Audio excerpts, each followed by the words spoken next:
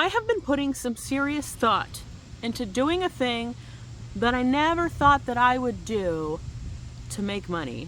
And I want to explain to you my thought process in this video, in case you're interested. Key factors are the current state of the economy, my limitations regarding my living situation, and my health. I think that's mostly it. I have always been someone who is capable of overcoming any challenge, okay? I pride myself in that. You've watched me do it multiple times. And over the past year, this car life thing, getting housed in 2026 with no support from family or friends, has been incredibly difficult. It has been the hardest thing that I've ever done in my life. And through this process, I have been really getting to understand that, especially in 2026, in the current economy, that it's only going to get worse, that it is not something that can be done for the majority of people without support. Once someone is homeless, everything gets a whole lot harder, because everything that is available to you when you are housed starts to go away and not be available to you the worse your living and financial situation is. The better your financial situation is, the more opportunity you have. The worse your financial situation is and your housing situation is, the less opportunity you have and the harder things are. And that's coming from someone who lives in Canada, where we supposedly have this socialist country with a whole bunch of resources. But I've called shelters and so on since the beginning of this whole journey, and it is not what you may think it is, that the shelters are full. It is not as easy and open as you would think. There's a wait list, there's a priority list. They don't let you stay there for very long. It's like a few weeks for most places. Like, what is that gonna do? It's basically giving the opportunity to people who have somewhere else to go after, who have support, or with the expectation that within a few weeks that someone will get an apartment or whatever else. But in 2026, good luck with that.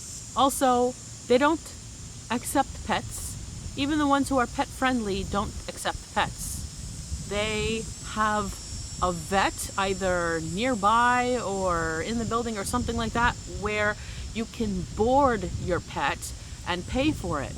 So they allow you to pay to board your pet, which you can do at a lot of places even if you're not staying in a shelter. But the point is, they don't let you keep your pet.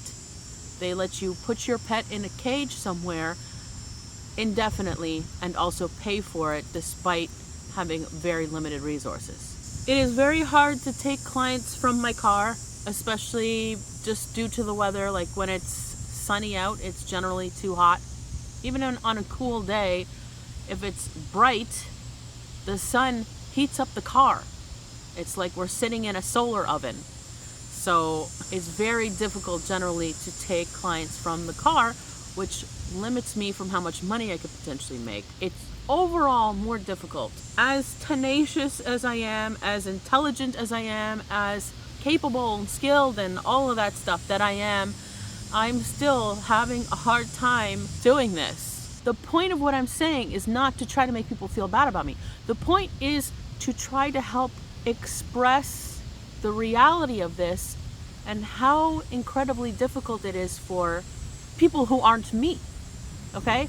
If I am someone who doesn't care what people think of me and I'm going to keep fighting for myself and it's very hard to get me discouraged to the point of giving up and all of this stuff, what about someone who's more sensitive or who's more disabled or less capable or more traumatized or whatever it is? What about someone who is not as capable as me in the same or similar situation? How are they supposed to get out? People need help. They need help. Something is wrong with men where they have collectively lost, if they ever had, empathy.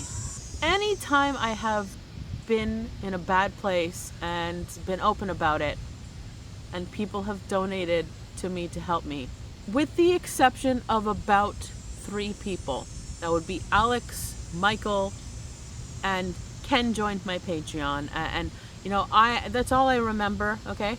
if there's anybody that I'm missing, I apologize. But everyone else has been a woman. Everyone else.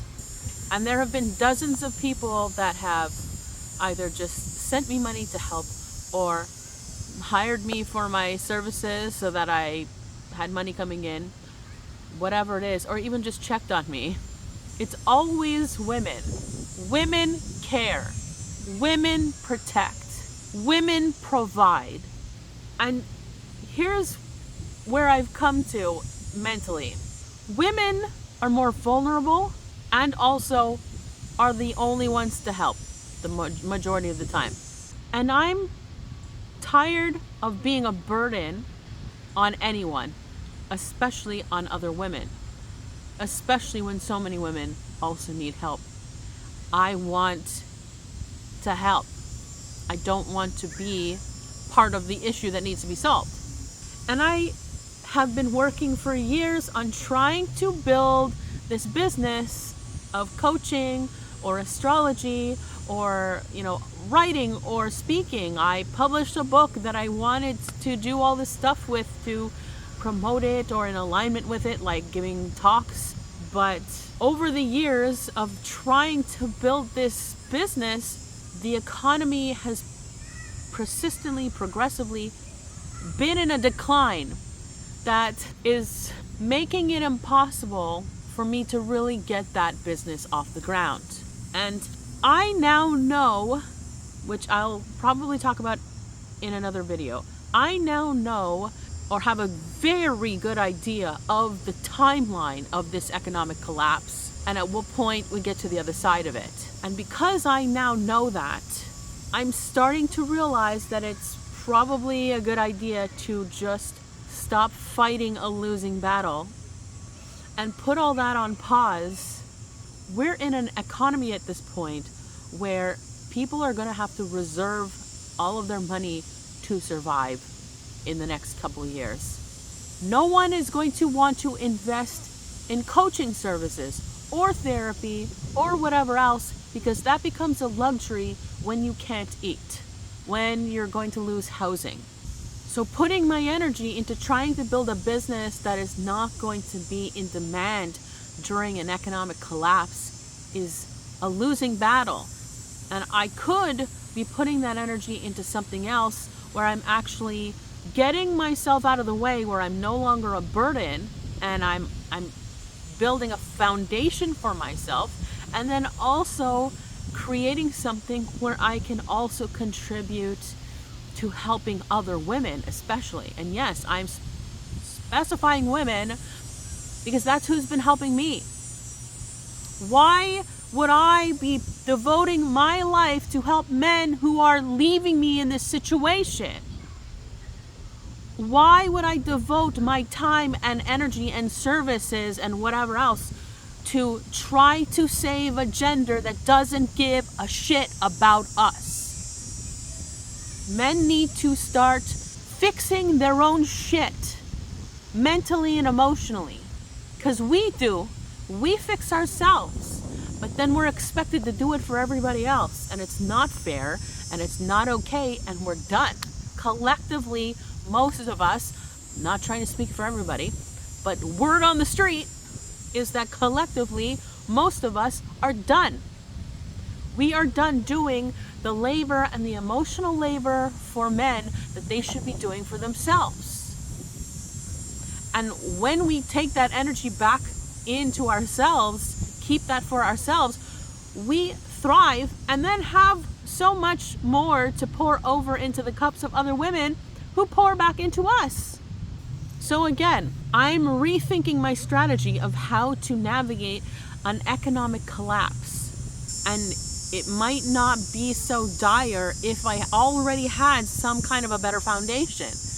But because my situation is so low that it takes more to get myself out of it, it just takes more. It takes more energy to get the ball rolling in the opposite direction. So I'm thinking of doing things that I never would have done before. And I think of things like, if I don't want to be a financial burden on women, I would prefer to be a financial burden on men in an economic crisis. So where do men spend their money if they don't spend it on helping other people? Men spend their money looking at girls. Or boys, honestly.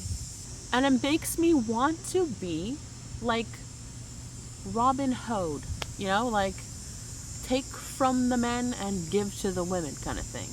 I'm not worried about, are men gonna like me? Men would slam a baked potato at the right temperature. That is not my concern.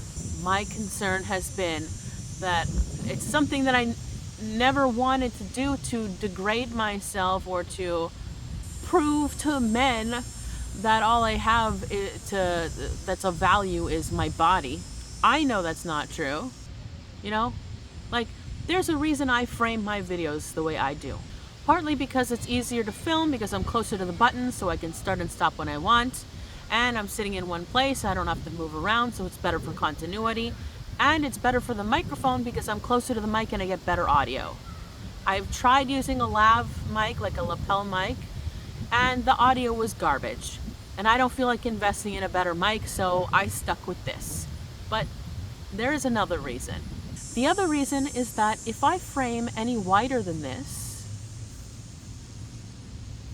then everything becomes about my body, whether it be about the size of my rack or about how heavy I am, whatever it is. As soon as I frame below this, everything becomes about my body and nobody's even listening to what I have to say anymore. Men constantly stare at me. It's infuriating. And so if men are going to constantly stare at me, why don't I start charging them for it? I'm wearing clothes and they still stare at me. So I'm not saying that I want to, do all the craziness, but maybe a little scandalous stuff. That is where my head's at. And I am really leaning towards doing this.